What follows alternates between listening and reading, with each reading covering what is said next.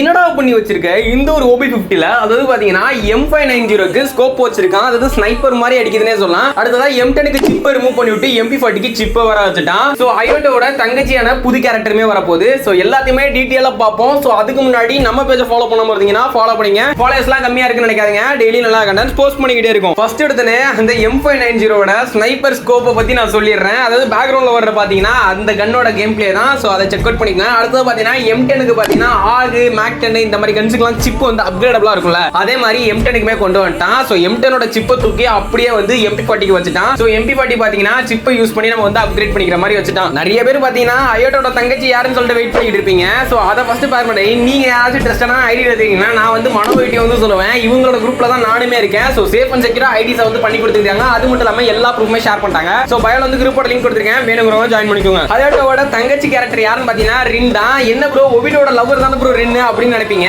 So free ஃபயரை பொறுத்த வரைக்கும் இதுதான் கேரக்டர். ஸோ இந்த கேரக்டரோட பவர் என்ன பாத்தீங்கன்னா பேக்ரவுண்ட்லேயே காட்டுறேன். ஸோ குணாயை யூஸ் பண்ணி பாத்தீங்கன்னா எனிமீஸ்க்கு டேமேஜ் கொடுக்கும். அது மட்டும் இல்லாம குணாயை யூஸ் பண்ணி க்ளோவால்ஸுமே பிரேக் பண்ணும். ஸோ கேரக்டர்ஸை நோட் பண்ணிக்கோங்க.